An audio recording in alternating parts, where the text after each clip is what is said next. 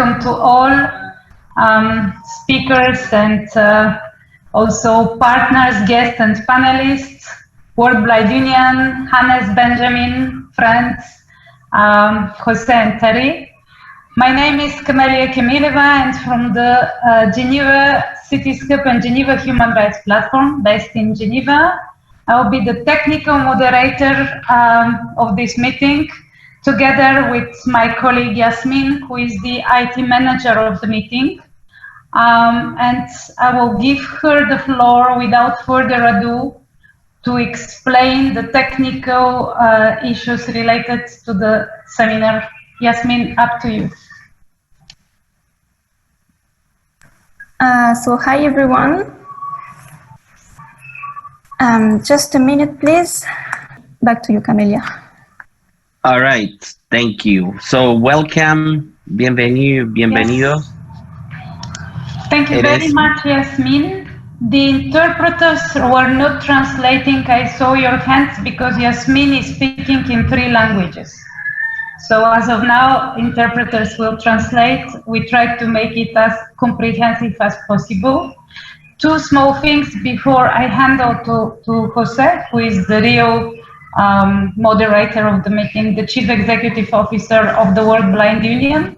One thing, I see that you're using already chat. Please use chat as much as you can. After the meeting, we'll make available all the exchanges on the chat through email to the organizer, the World Blind Union, and they can distribute it to all of you or to the interested people. So use the chat for small comments, to say hello, but also to exchange practical and other information and comments you will not be able to make in the meeting. Given the limited time, it's a very valuable source after the meeting of the comments. And last thing, if you want to speak, please raise your hand through Zoom. There is a blue hand button, and I will make sure that I inform the moderator about your wish to speak or ask your questions through the Zoom chat, which I will be monitoring. With this, Jose, thank you very much once again for the confidence to the Geneva Human Rights Platform, and up to you for the substantive part of the meeting. Thank you. Thank you very much. Welcome, bienvenue, bienvenidos.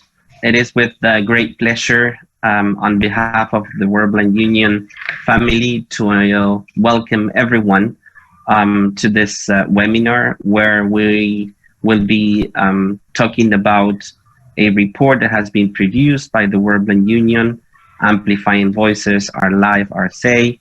But even more important, we hope that this space is the first of a series of webinars and exchange platforms where we can talk and discuss more around what COVID-19 has implied to people with disabilities, and also what can we do in this new reconstruction phase that some of the countries around the world are going in the coming months.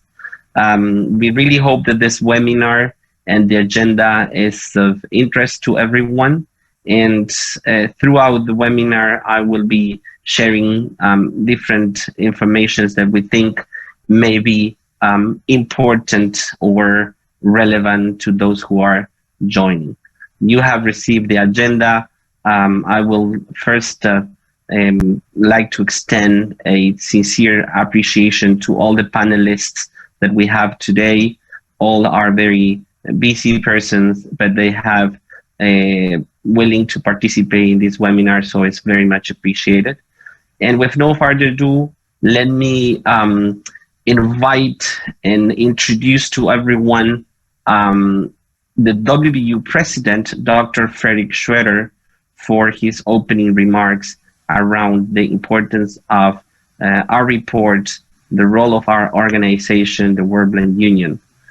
Before I do that, I just want to quickly thank all our partners that have contributed to the elaboration of this report. Of course, the WBU team for making this possible, the Geneva Academy for the technical support during this webinar, and even more important, CBM Global Disability Inclusion for the financial and technical support provided in order to make this report and webinar possible. Again, thanks everyone, and Dr. Schroeder, the floor is yours for opening remarks. Thank you. Thank you, Jose, and welcome to everyone who is participating in this webinar. As you know, the World Blind Union represents the interests of the estimated 253 million blind and partially sighted people around the world. We represent a lot of people, and we are people who share certain common characteristics beyond just the obvious of no or limited sight. And that is, we are a marginalized people. I think that the history of marginalizing blind and partially sighted people is one that is well documented, but it really comes down to not being considered at the planning phase or taken seriously, if you will, as governments plan. I'm sorry, my phone keeps stuck in my ear and it's just distracting me. So, but anyway, not being taken seriously as government plans. And so what happens is when there are emergencies, it could be refugees fleeing a conflict area. It could be a natural disaster. It could be, in this case, a worldwide pandemic. Compilation of different voices around the world from our community in terms of what we are experiencing around COVID-19 and how difficult has been to obtain different services from governments around the world.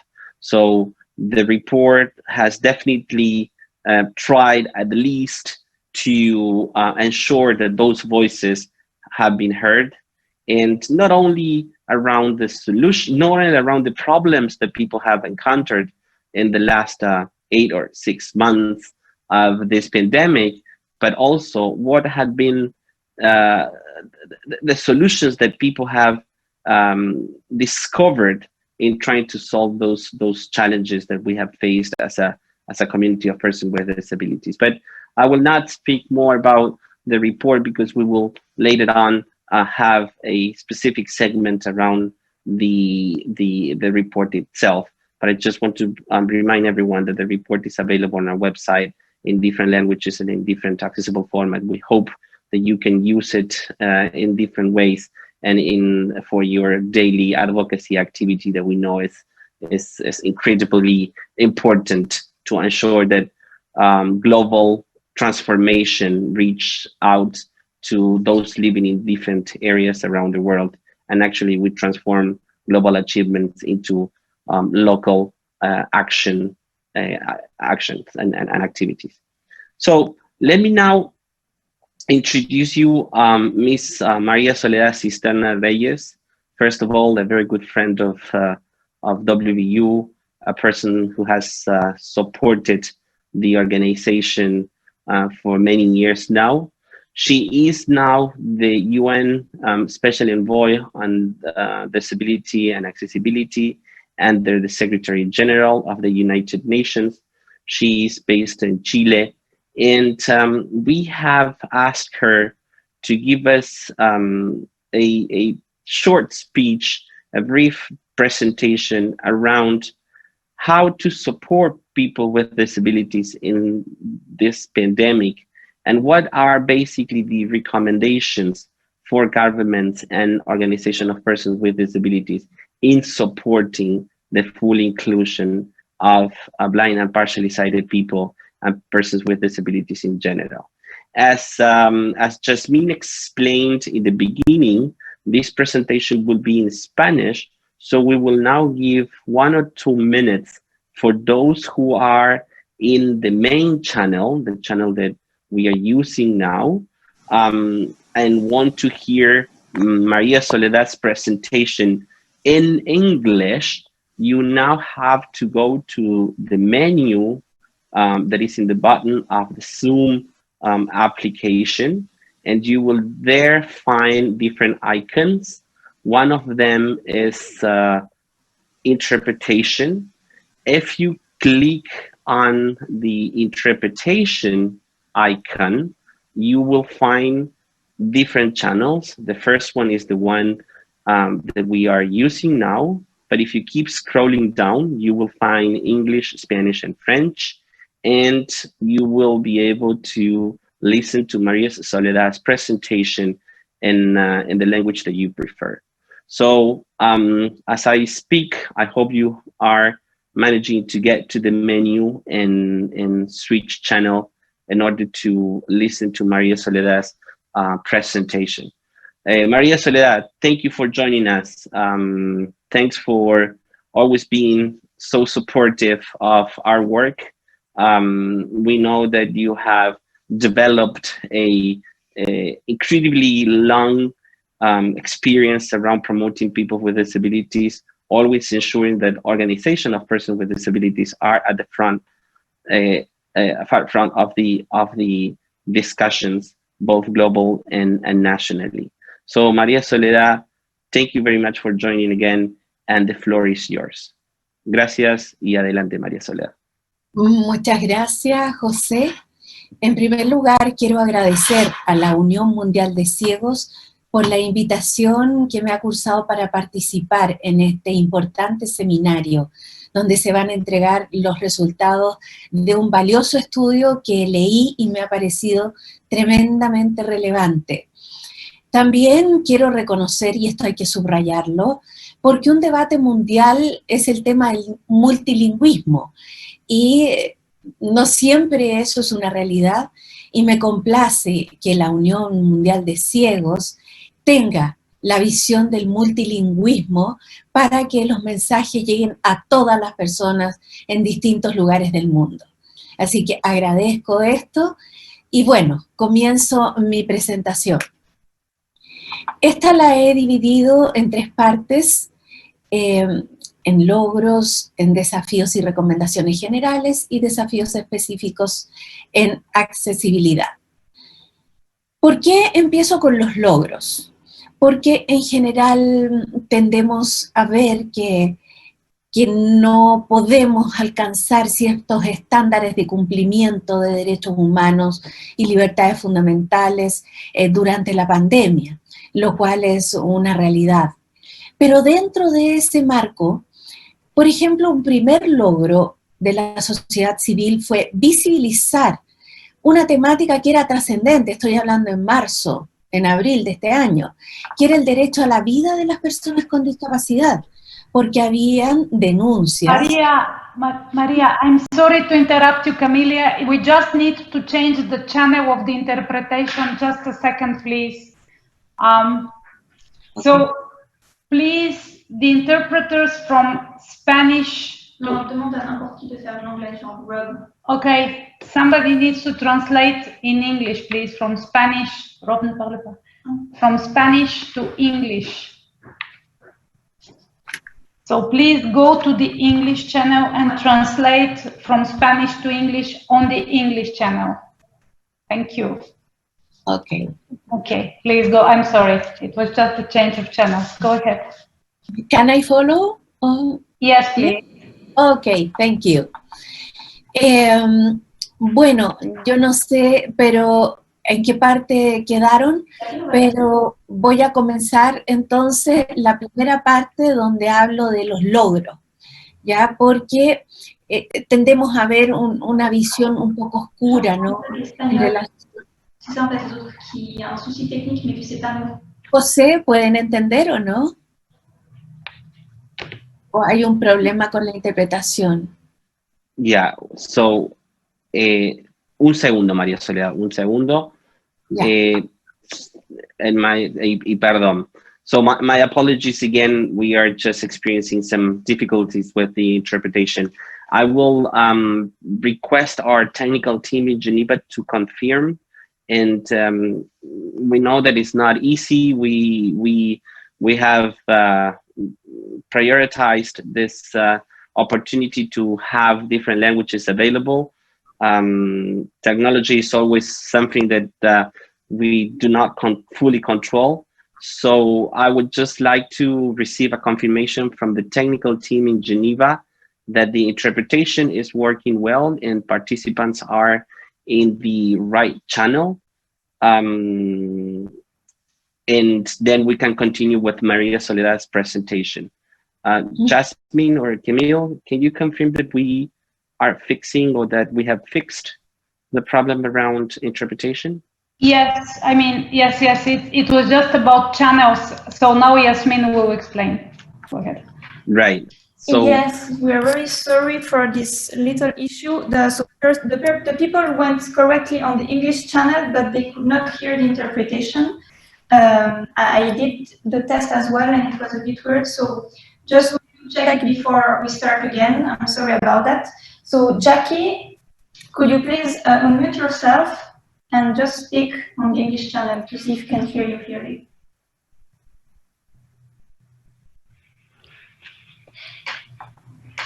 Okay, sorry, can you speak again? Oh, okay. Okay, I can hear you, but then I can hear also the main channel if I muted it, so I don't know why. I'm very sorry, it's the first time we have this trouble, so I don't know. Can we, are you using, Jackie, a microphone or just a headphone or? Okay, so maybe. Okay. So yeah, there is a problem, but I don't know what. Right. So allow me to propose. Allow me to propose the following, Jasmine. Valentina, maybe if you could go on the English channel to see.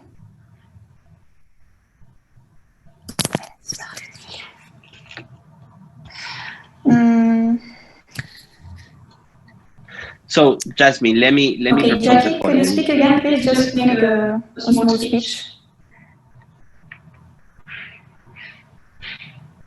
Okay, yes.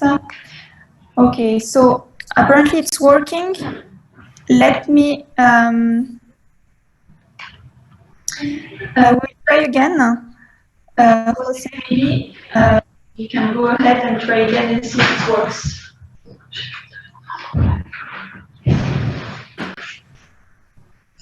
So, María, si puedes de nuevo empezar su presentación, así puedo ver si funciona todo bien en el channel en inglés. Ok, entonces comienzo para ver si funciona. Bueno, lo primero que dije es que agradecía a la Unión Mundial de Ciegos por la invitación que me ha hecho a esta importante actividad donde se lanza un estudio de mucha relevancia, el cual leí y me parece muy importante. En segundo lugar, dije que el multilingüismo era un gran tema dentro de las Naciones Unidas y la defensa de este multilingüismo, y por esa razón valoro que la Unión Mundial de Ciegos se haya ocupado de colocar distintos idiomas para poder llegar a la mayor cantidad de personas en el mundo. ¿Se entiende? ¿Se traduce o no? No, apparently we still have some issues. Yeah, I'm very sorry. We have the same issue. No worries. We will do the following. We will How do you want go to proceed, to the next Jose? presentation until you fix the problem with the interpretation. My apologies, Maria Soledad, for this inconvenience. We are committed to solve it quickly. Give us just a couple of minutes. Just say, no problem. If you prefer, I can present in English. Yes. But it's not sure the very good English, but I try to present in English. First, this is not a problem for you. I think this will solve the whole story because we don't need to change the channel and there will be translation in Spanish like before. Can you continue in English? Okay. Okay. First of all, I congratulate World Blind Union for the invitation to participate in this important event with the study that I consider important conclusions, very useful for the life in disabilities and guideline for the work of states members of United Nations. Well, I would like to tell that many persons with disabilities face many difficulties in relation to COVID-19, the use of the hospitals, the exercise of human rights during the pandemic are very, very difficult.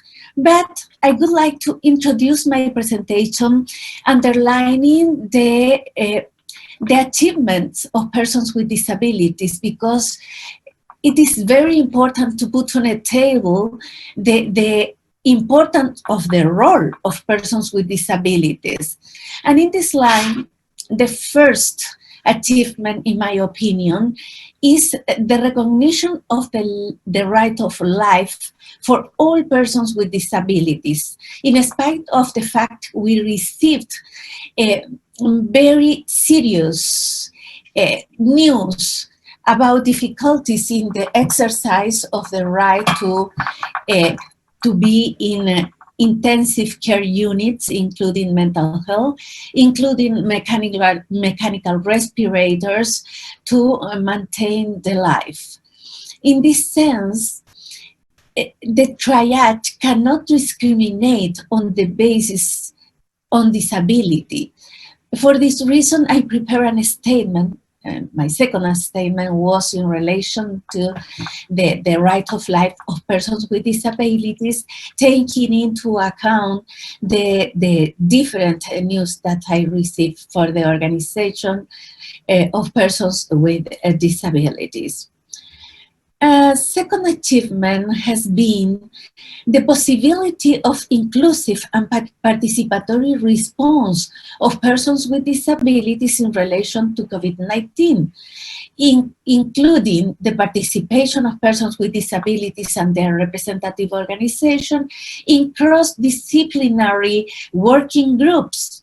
And the results of these works has mean the instruction, the guidelines for public employees, police, judges, health workers, etc., in relation to the good attention for persons with disabilities.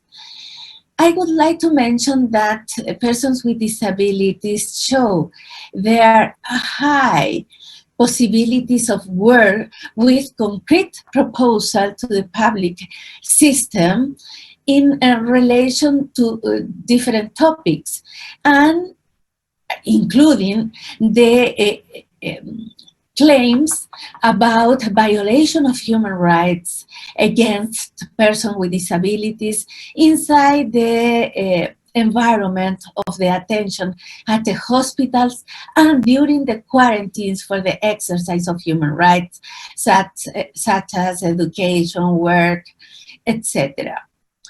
The three achievement, in my opinion, has been to underline the role of local government in the pandemic, because they make the interaction between the citizens and the central government to canalize the needs and the perspective of human rights of persons with disabilities to get policies and other measures useful in this moment.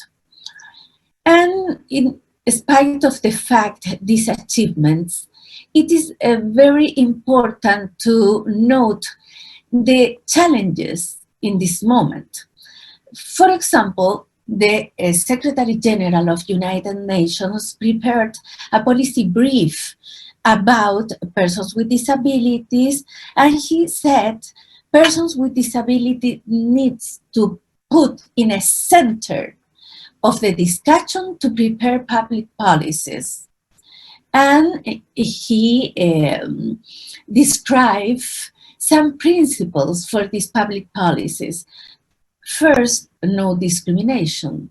Second, intersectionality between persons with disability crossing Indian persons, older persons, boys, girls, women, migrant workers, etc. The cross-cut perspective of persons with disabilities in the evaluation and planification of public policies. Inclusive and full participation of persons with disabilities in the planification, elaboration, and evaluation of these public policies. Other aspect, accessibility. Full accessibility in different measures that the public policies adopt in relation to the pandemic. The principal aspect of data collection and statistics, because it's very important, the segregated for the kind of disability, sex, etc., to prepare public policies in good conditions, in scientific conditions. And finally, Secretary General mentioned accountability. Accountability, I am going to mention at the end of my presentation about this important topic. Second aspect is the methodology of inclusive and participatory response to the pandemic must be a methodology not only in relation to COVID-19, because it is necessary to put this way of work in other issues in the society. And it is important that the organization of persons with disabilities push about this topic, because it is important not forget the perspective of the full participation, I repeat, in the inclusive and participatory response in different issues in the society. And other important step in this line is the recognition, the legal and public policy recognition about the participation of persons with disabilities and their representatives organization in different aspects in the society, with binding effects in relation to the participation and in relation to the opinion and the contents that they express. In my opinion, these are the most important general challenges and recommendations. But in spite of the fact that these achievements and challenges, last year I participated in different activities about local governments. Last year in November was in South Africa, the General Congress of Local Governments. And in this opportunity, we prepare cabildo, I don't know, how can I say in English, cabildo, about the persons with disabilities and the need to put the pillar of inclusive accessibility in the work of local government. The relationship was with the International Unit of Local Government. They are working in human rights, in social development, and they are studying the possibility to put for all local governments around the world the pillar of inclusive accessibility. And in this line, I prepare a statement. I invite whoever able to share our perspective in relation to accessibility in the view of local governments. And in the line of accessibility, I would like to mention that accessibility is the most important cross-disciplinary figure in human rights on 21st century. This is a This is pillar and bridge for the exercise of human rights and to fulfill social development, SDG. For this reason, it is important that to take into account accessibility is universal because it's for persons with disabilities and for other groups in the society, such as older person, pregnant women, boys and girls, etc., etc. And the different scopes of accessibility is huge because it's in relation to physical space, transportation, information, communication, technology, procedure, process, product, services, etc. And I think that it is necessary to underline many recommendations, some recommendations in relation to this important and central aspect. And why is important and central aspect? Because the most important barrier for persons with disabilities in the attention at the hospital or during the quarantine has been accessibility.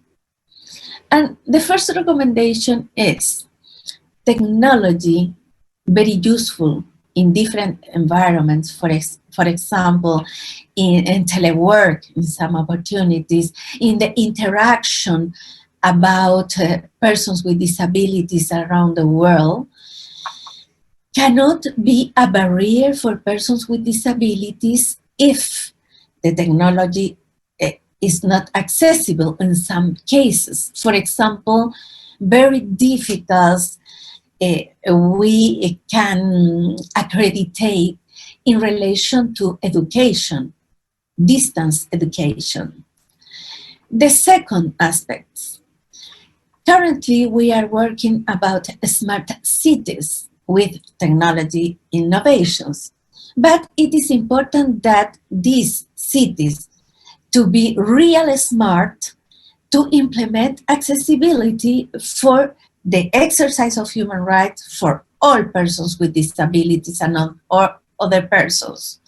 Without this condition, without the implementation of this human right, this smart city will not real smart.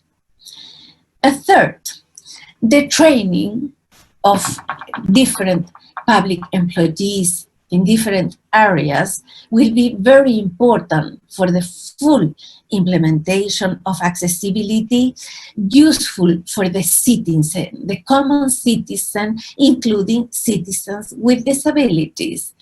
And in the other hand, the training for persons with disabilities in order to be in the same line to the society, increasing the knowledge to accessibility and technology to be useful in our daily come and go.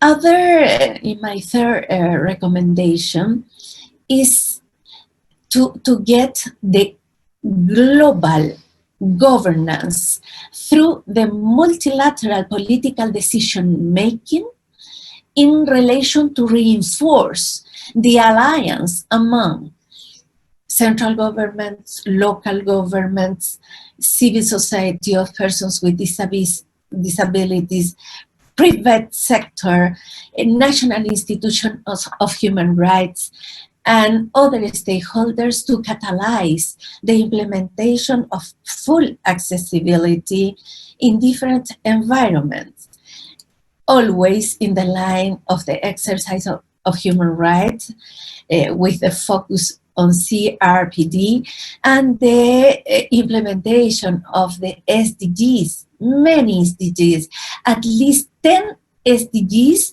and are in direct connection with accessibility.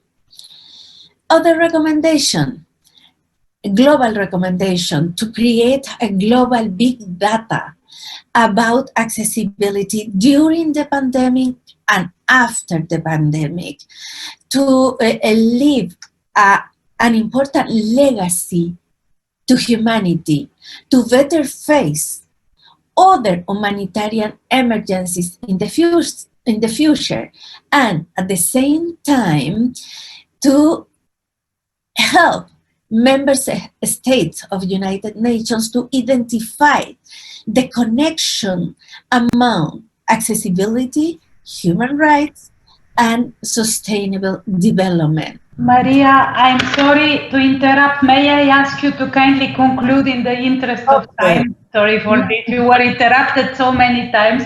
I will offer you a coffee when you come to Geneva next time. Okay. Let me my last comment. It is important to understand that the accountability is not suspended by the pandemic. For this reason, states, parties, local governments, and civil society need to provide information for treaty bodies and for high-level political forum, Agenda 2030 agenda, in relation to the topic of accessibility. In spite of the fact the obligation is in relation to the state, to local government, it is necessary to count with the strong work of the organization of persons with disabilities because they push the process. Thank you very much. Thank you, Maria Soledad. Sorry for the inconvenience around the interpretation. We promised to do it better next time. But thanks for your presentation. Always very important and relevant to listen what you have to say, especially in connecting people with disabilities, their representative organizations, and the different governments and local and global authorities. So as Camille mentioned, we are a bit behind schedule. So I will quickly turn over to Rosario Galarza. She has been participating in the elaboration of this report. She will present, and I kindly ask you, Rosario, if you can take no more than 10 minutes for your presentation, around what are the main elements and fundings of this report. But before doing that, I really want to thank everyone who was involved in the elaboration of the report. First of all, those who responded to our survey. We have received more than 1,000 responses from more than 75 countries, and it's very and it's definitely very encouraging to have that feedback. I also want to thank the Diana Sahed, who has led the process of compiling this report. But I really want to highlight that together with Diana, Benjamin Dart has worked along with Diana and Maria Paula Cunha and Rosario to produce this report. But I really want to highlight that this report is not only the compilation of voices around the world, but also a good exercise of capacity building among WBU members. So Diana, together with Benjamin, they both have led a process through which we have heard WBU members. We have tried to provide feedback to WBU members, people around the world. And as a result of that is that we have today with us, Rosario Galarza, the representative of the Latin American Blind Union to the World Blind Union, one of our most active regional members, presenting this report. So Rosario, thanks for participating. Sorry for asking you to present such long report in 10 minutes, but the floor is yours. Thank you. Okay, Jose, good morning, everyone. Thank you so much. And also, I would like to extend my appreciation to Dr. Schroeder to invite me to present the findings of this report on behalf of the Latin American Blind Union. Okay, I have a presentation, but I'm going to try to speed myself. Okay, first, in the first slide, we have the name of this report is Amplifying Voices, Our Life, Our Say, because this is experience of learning from COVID-19 through the experiences of blind and partially sighted persons across the world. And this is something that we need to do in order also to try to advocate for resilient strategies and all of them. Next slide, please. We have first the background of the study. As all of you know, COVID-19 pandemic has been exposing deep structural inequalities in society. And with this report, World Blind Union wanted to learn how it was particularly affecting the life of blind and partially sighted people. And in particular, World Blind Union wanted to know what were the main challenges at the beginning of the crisis, and also the resilience strategies and priorities for COVID-19 responses. This online survey was launched for 7 weeks from April to May, and it was launched in English, French, and Spanish.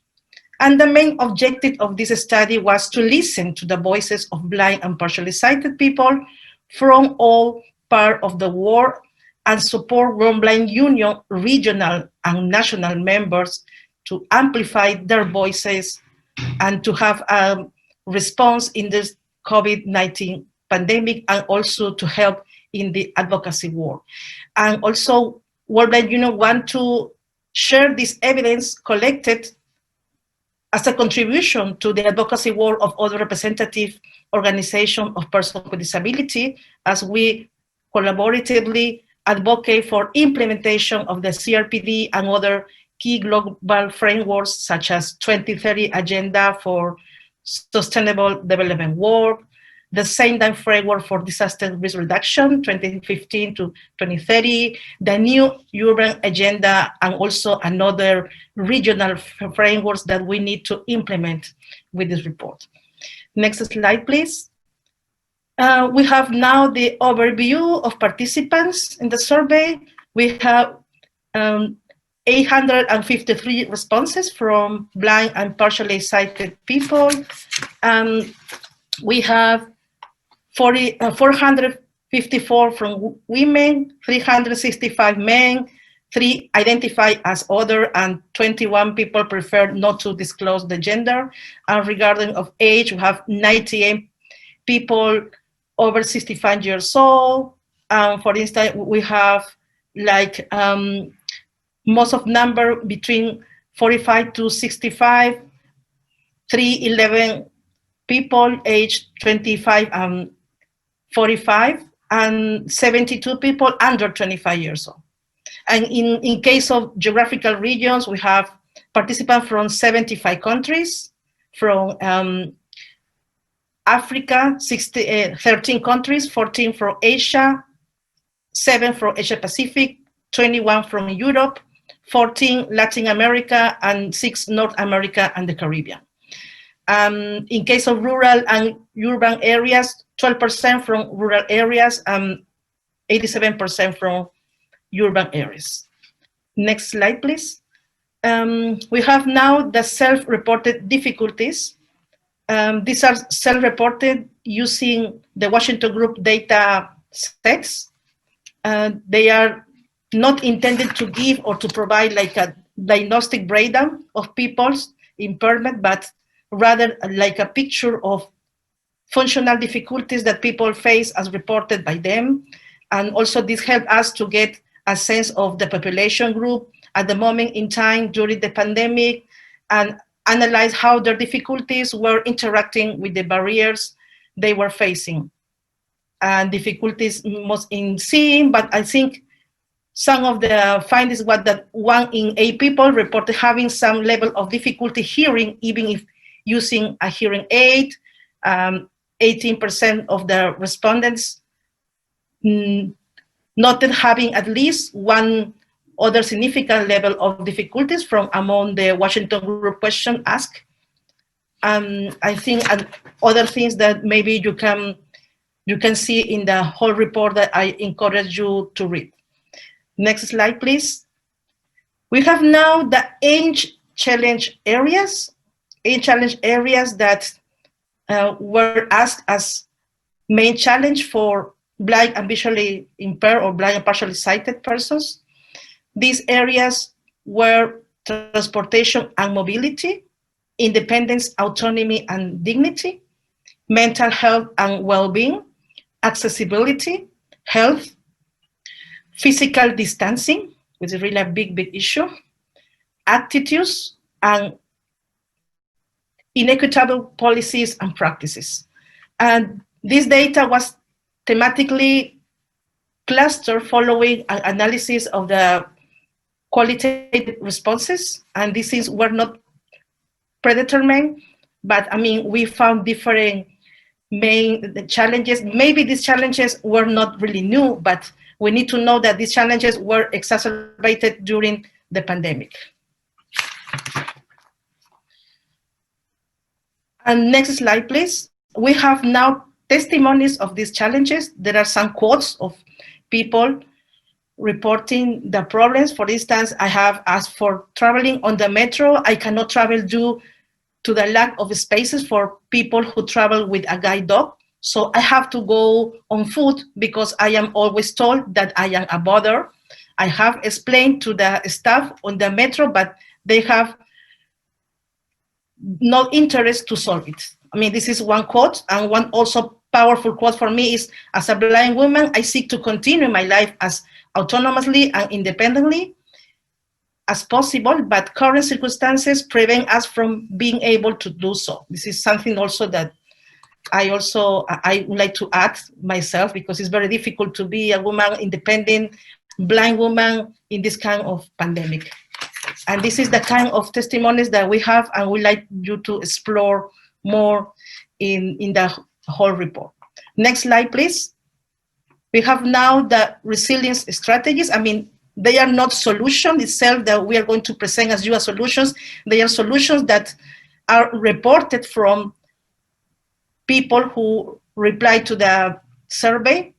Some of them maybe were not so effectively, some of them are more effectively, and some of them are practical, but this is the things that they found that could help us to cope, to deal with the pandemic. First, personal support networks, then getting online, then personal well-being, being practical, assistive technology,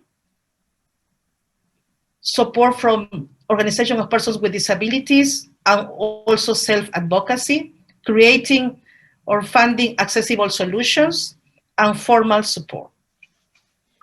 And definitely 43% of the respondents were able to access support, but through personal networks. The respondents, in order to have formal support network, were very, very, very few. And we want to, in this case, we want to share with you this kind of resilient strategies in order that maybe we can try to create like a community who can practice this. As Dr. Schroeder mentioned, we need to be aware now of possible future disasters and also humanitarian emergencies. And we need to have this as a tool, like a useful strategies to cope with these issues. Next slide, please. I have the testimonies of some resilience strategies. For instance, the quote says, apart from my visual impairment, I have Down syndrome, and with the help of my mother, I am trying to overcome every day a challenge that she proposes to me. This is a very clear example of how they are using personal and familiar support. And also people who mentioned that they organize like a Zoom forum to maybe teach others how to use technology, and also how to use the Facebook, the conference on Facebook for Blind Union, in order to maybe improve the ability of orientation and mobility skills, especially in this pandemic. All the testimonies can be accessed in the report. Please, next slides. We have now some key recommendations produced in this report after compiling all the main challenges, all the testimonies, and also the resilience strategies. First is build back together, build back better. We don't need to build back isolated. We need to work as a team together, and we need to build back better. Disaster resilience, inclusive urban development, we need to advocate with a new urban agenda. Universal design, we need also to advocate for universal design. Accessibility technology, mental health and well-being, inclusive policies. We need to sit with the government in order to design inclusive policies. We are not going to expect that governments are going to design these inclusive policies for us. Awareness raising, capacity building, capacity development, and group. And this recommendation came up directly from all the strategies and solutions provided by all the respondents in this survey. Well, now in the next slide is amplifying voices and taking action. How we need to use this report. I mean, this is not another report. This is, we need to engage worldwide union, regional, and local members in using the evidence gathered in this report to inform and drive forward an agenda for change, while always remaining accountable to all our constituents. We also need to collaborate closely with other representative organizations of persons with disabilities. We are not going to work in silence. We need to work as a team with other organizations of persons with disabilities, also with governments, communities, civil society, UN agency, private sector, to realize the CRPD, to realize also the CRPD and the SDGs in both in the humanitarian and the development settings during the pandemic and beyond, because we need to think about the recovery phase.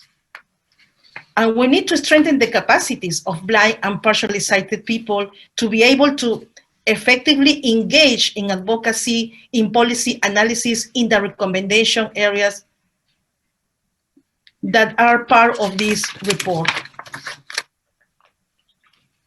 And we need to learn from one another on how we are responding to the COVID-19.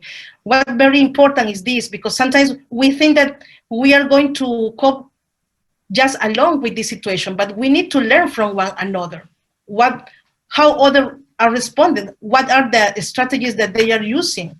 And we need to share good practices and success stories of where they are working collectively, maybe building back better. And we see this report as a call to action, but not as an action based on what we think we should be doing, rather, but also a call of action that now what other persons are doing, because this report is gathering hundreds of responses that people, the blind and partially sighted people, are responding now, and they are informing us how they are doing, and we need to help them maybe to amplify these voices. Thank you so much. Thank you, Rosario. Thank you for your great presentation, for making your presentation easy to understand, very, very easy to follow, especially with this very long report that we have produced.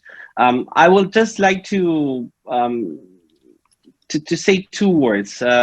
Hearing your presentation, Rosario, you mentioned agenda for change and members of WBU being engaged. And for me, those are the two key pillars that play a significant role in what we expect out of this report as a World Blind Union. We hope that this report can contribute to that agenda of systemic change, and that our members take this report, use it as a toolkit for being fully included in the discussion on how to build back better. Again, the report is available on our website. The presentation, the PowerPoint presentation, will also be available on our website. Thanks to DAISY Consortium, another WBU partner, the report is available in EPUB accessible format, in PDF, Word format, also accessible. It would be available in audio format for those who want to download it and listen to the full report. We also have executive summaries that are available in English, Spanish, and French. So please make use of this resource that we have put it together for WBU members. Let me now turn the microphone to our third speaker. And before I introduce you to our third speaker, I would like to say that this global report that we are launching today is one of the many actions that the World Blind Union has launched since the beginning of this pandemic. We have developed a call to action. We have promoted several ways of blind and partially sighted people being able to meet and discuss how they can solve different issues, daily problems around the autonomy in this time of pandemic. And also we have been contributing in the global discussion around how to include people with disabilities. We have been doing this with the support of many organizations, one of which is the CBM Global Disability Inclusion. And our next speaker is David Bainbridge, CBM Global Executive Director. WBU and CBM have been working together for several years now. And first of all, thanks, David, for being with us today. And always thanks for the CBM support to the different WBU activities. And we really want to hear from you, what are your reflections around how to support people with disability organizations in advocating for meaningful and inclusive participation? And what are the strategy for effective partnership between organizations like CBM and OPDs in ensuring that we are not left behind? Thank you, and the floor is yours, David. Thank you very much, Jose. Can I firstly check my voice is working okay? Can you hear me all right? Yes, we can, David. Yes, it's working, yeah. Wonderful. Okay, well, thank you for this opportunity to share in this webinar. And I want to add my congratulations to WBU for this very important study. And it's been a real privilege for CBM Global to have been able to provide support to this. Firstly, allow me just to briefly introduce CBM Global Disability Inclusion.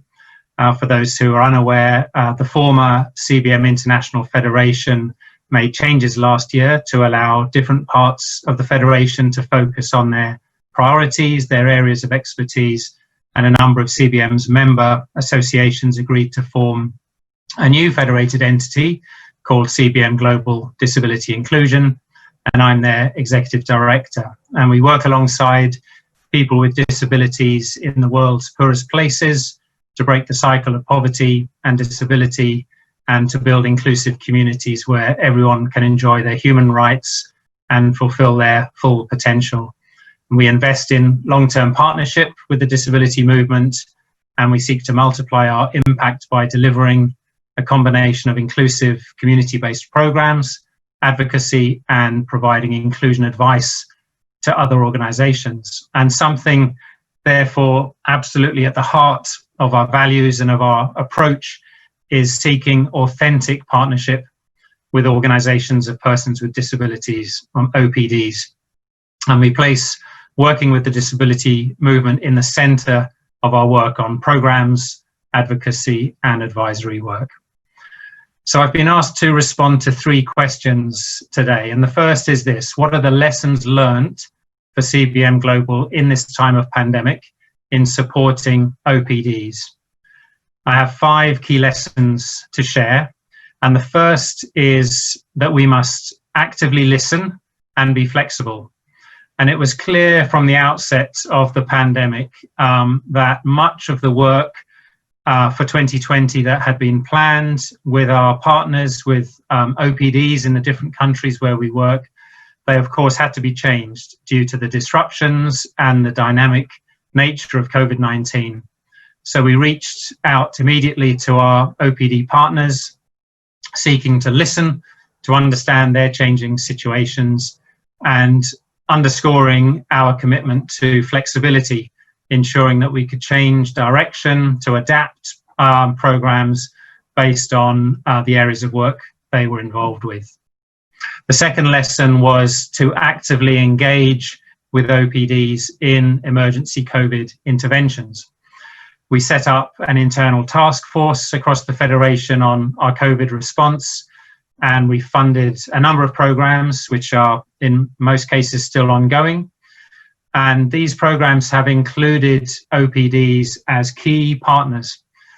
It was vital for us that we ensured OPD partners were engaged right from the onset in concept and design discussions through to implementing, monitoring, and evaluation. So just one example, our program in Yogyakarta, Indonesia, is improving access to inclusive information and health services and the meeting of basic needs for those made most vulnerable due to COVID-19.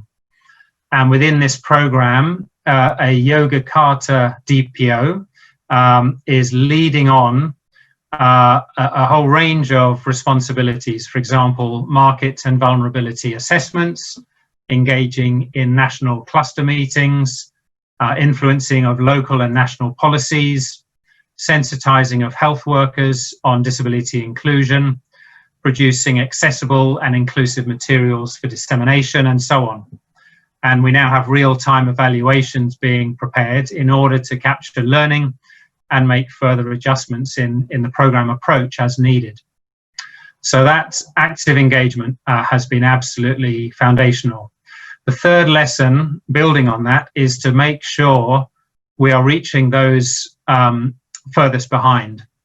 So key to program design is ensuring a comprehensive analysis and understanding of those who are most vulnerable to ensure no one is left behind in COVID-19 responses. So in the example I just gave, the Yogyakarta OPD is leading in the work of assessment and identifying those at community level who are most vulnerable. The fourth lesson is to amplify the advocacy messages of OPDs. We recognize from the onset of the pandemic that in our advocacy engagement, we needed to support and lend our voice to joint action that is led by the disability movement. So we supported the IDDC campaigns, which highlighted the discrimination that persons with disabilities were facing, and the campaign for accessibility of information, which the WBU study highlights as having been a critical concern. The fifth lesson is to support OPDs in gathering evidence. And we know that gathering data, evidence is hugely important during times of emergency, whether through rapid needs assessments, highlighting where there are gaps, such as the lack of accessible information, lack of access to services, and so on. And OPDs are the best placed in the community to work with their members to collect vital information, and we believe they should be supported to do so. Such data gathering must, of course, always be done ethically. We need to ensure the data collected is then used for future programming to support advocacy messaging and other interventions. And in our COVID-19 strategy as CBM Global, recognizing this need for data, we therefore arranged to fund this study undertaken by World Blind Union, and we feel very privileged to have been able to do so. So those are 5 lessons learned on that first question of lessons learned from CBM Global in the time of pandemic in supporting OPDs. The second question is, in the reconstruction phase, will we need more active OPDs? We will need more active OPDs in ensuring no one is left behind. So what could be the role of organizations like CBM Global in achieving this goal? So I think firstly, we need to recognize in many countries that we're actually still in the emergency phase, and many of the restrictions that are in place continue to make life incredibly challenging for persons with disabilities. And the WBU study gives numerous examples of this.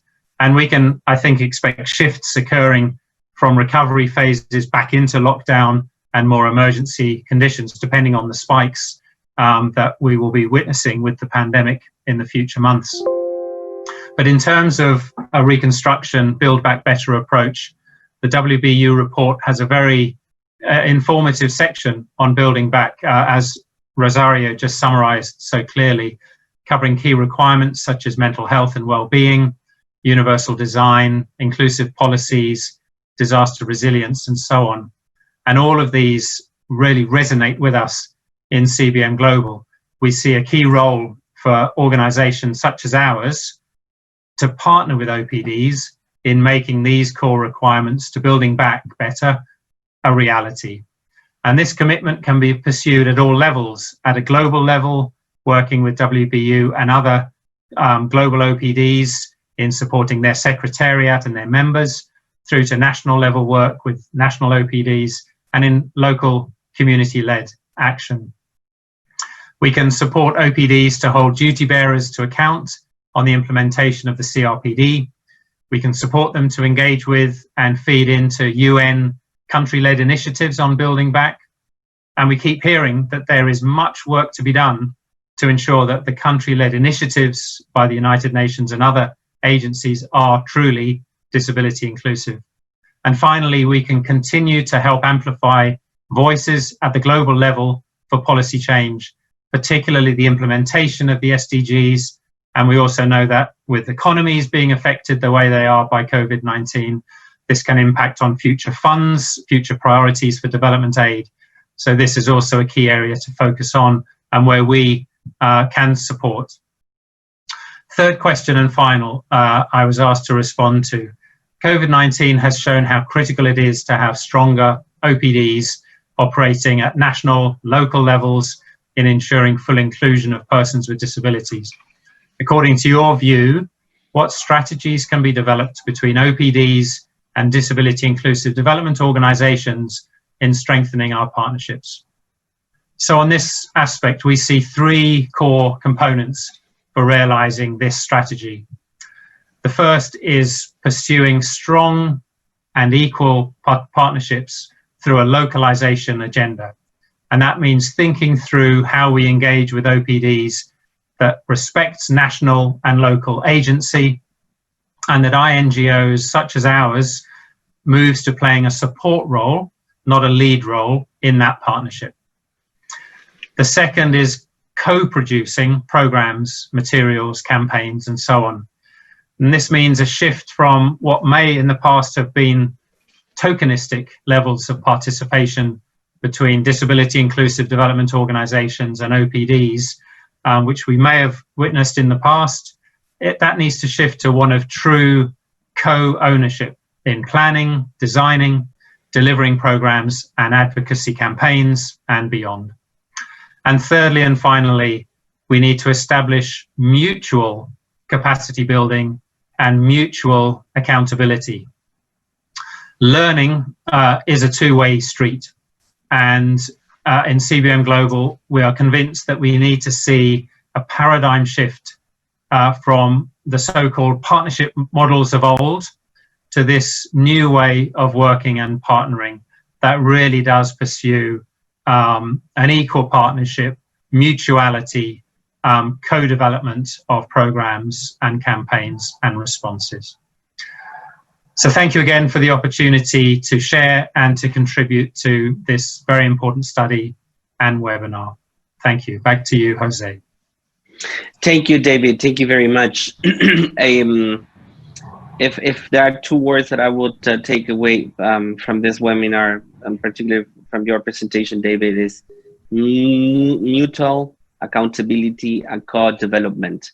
I think the role of organization of persons with disabilities and organizations working in the field of inclusive development, like CBM and many others, is definitely trying to be sure that we co-develop activities, actions, programs, and also that we are mutually accountable and that we work together in ensuring the right of people with disabilities. We have now, originally we have scheduled a presentation from the CRPD committee chairperson, Danlami Basharu. He was participating in the closing session of the CRPD committee, So I'm sure he has had some inconvenience, so I don't see him on the webinar now.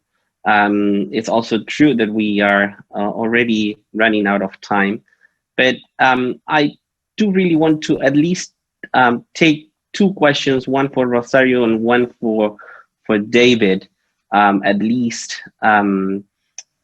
We have received so many questions, and it's very encouraging to have this level of participation. But I really want to at least use the next 2 or 3 minutes for one question for Rosario, and another one that I can see here that is being repeated by different people about the role of organizations like CBM. So Rosario, the question for you is what is the role of OPDs and blind organizations in promoting the right of people with disabilities? What is this report saying around the role of organizations of persons with disabilities in promoting inclusion of persons with disabilities? Rosario, 1 minute, please. Thank you. Okay.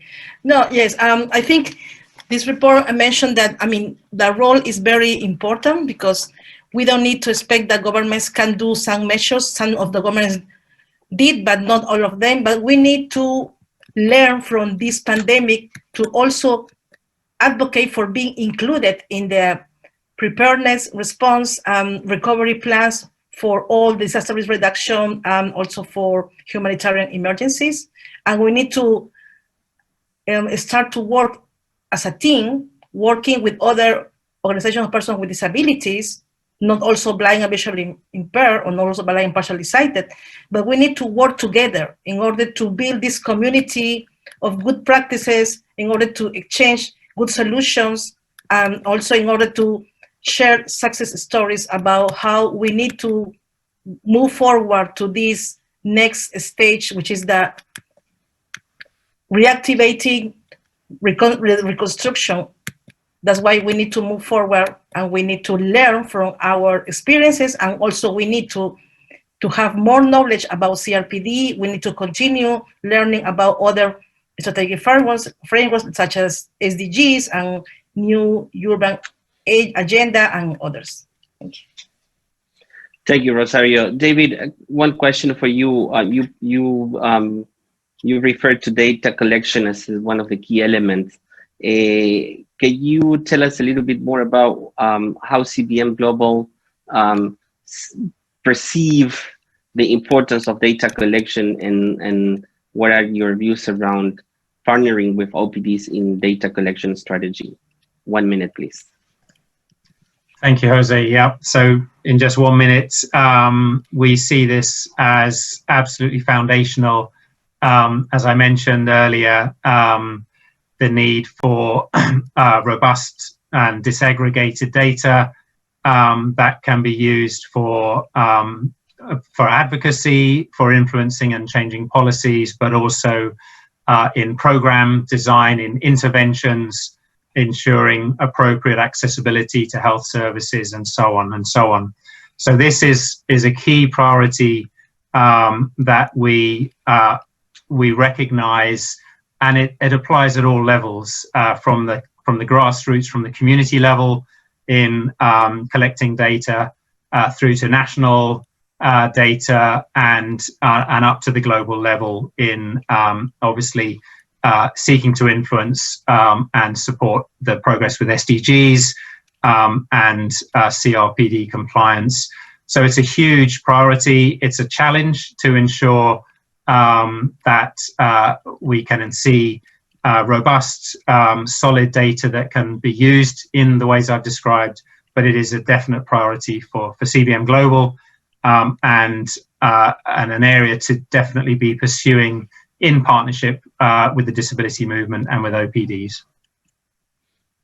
Thank you, David. Thank you very much. And I can now see that Danlami Basharu has joined us for closing remarks. Thank you, Danlami, for joining. I know that you have been just participating in the closing session of the CRPD committee, and thanks for being with us today.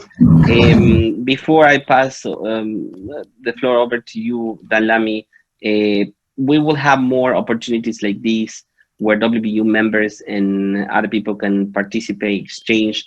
We are planning to have separate webinars where we will be covering different chapters of this report, because we think that this report is indeed a great resource for WBU members.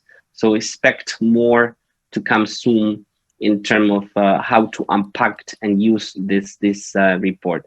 But in order to close this excellent webinar and thanking all speakers for their great contributions, allow me to introduce to everyone another very good friend of WBU, a person who has been involved in WBU activities right since from the beginning.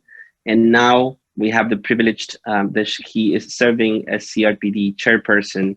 Danlami, Basharu, the floor is yours, and thank you for joining.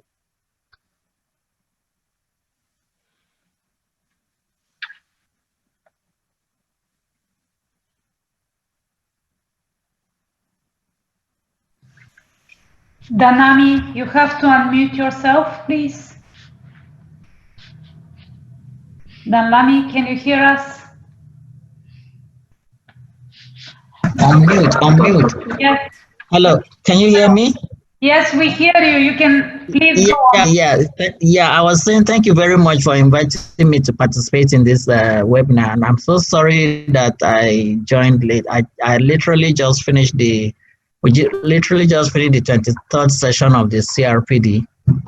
So I just have a few words for concluding remarks, and I realize, of course, that this is my own very constituency. So I'm very happy to be with you. The world is slowly emerging from a most devastating pandemic, of which the blindness community had its share of disasters and disappointments, with the international community of not being carried along and being left behind, contrary to the Sustainable Development Goals. The disability inclusive strategy itself did not seem to be put into full effect, but definitely we have learned quite a lot of points from this the pandemic. We just adopted a statement on the pandemic in the CRPD, and I'd just like to share with you a few points from there. It has to do with persons with disabilities. We noted that the pandemic has really exacerbated the pre-existing exclusion and discrimination against persons with disabilities, both those living in their communities as well as those still in institutions. We also noted that access to education, health, and rehabilitation have become even more challenging, particularly for persons that are blind and visually impaired. And home studying has been very, very difficult for blind persons especially. And so we're looking to state governments to ensure that they implement measures to ensure that the respect for the rights of persons with disabilities and to equality and non-discrimination, the right to free and informed consent and access to justice, to receive treatment, including ventilators if required, and to freedom from exploitation, violence, and abuse, including sexual abuse, coercion, and all kinds of coercive treatment are avoided. We're also calling on governments to reinforce measures of deinstitutionalization of persons with disabilities, accelerating the release of persons whose provision of support in the community is ensured through family and or informal networks, and increasing financial resources to expand the support services in the community, and also to ensure that persons with disabilities still living in institutions can enjoy their rights to accessibility to information and communication by exploring different methods of communication that respect distancing measures. overcoming all this, we expect that governments will really put in a lot of effort to make sure that the community of persons with disabilities are well served. We welcome, the CRPD welcomes any intervention from the World Blind Union, and definitely we would cooperate fully with the World Blind Union in all its activities. I thank you very much. Thank you, Danlami. Thank you for your clarity in connecting all this work with the CRPD. We definitely need to continue ensuring that whatever we do is CRPD compliant, and we follow those excellent principles that had been put it into the CRPD by many of our leaders. Again, thanks everyone for participating. Thanks to all the speakers. I really want to express a big thanks to WBU team, my team, for working so hard to make this webinar possible. Thanks to CBM Global. Thanks to the Geneva Academy for the technical support. Thanks to DAISY Consortium for helping us in making this report available in different accessible formats. Again, we will be having more of this type of webinars to continue discussing this report. And I just want to wish all the best for everyone in this difficult time. Organization of Persons with Disabilities, we need to continue doing our work. Without our active role, people with disabilities will continue facing different type of discriminations. Thanks everyone, have a good rest of the day, and we will see you soon. Thank you, bye. Thank you very much to all, also from us, and we apologize once again for the small technical issues. It was complicated to change languages, but Jose, Terry, and others, thank you for your hard work and confidence. Next time we will do better. Thanks to our interpreters, Corey, Valentina, Wendy, Robert, Jackie, my colleagues Yasmin and Tatiana. And just to remind you that the whole chat will be compiled, and we will send you the whole chat back to you, Jose, and your team, and you can distribute it, and there is the closed captioning. So once again, not a word in no language will be lost, and I hope to see you very soon back again. Thank you very much, and once again, bravo for this very, very rich and successful report. We hope this will change for the good, the world we live in. Thank you so much. Thank you very much. Bye-bye.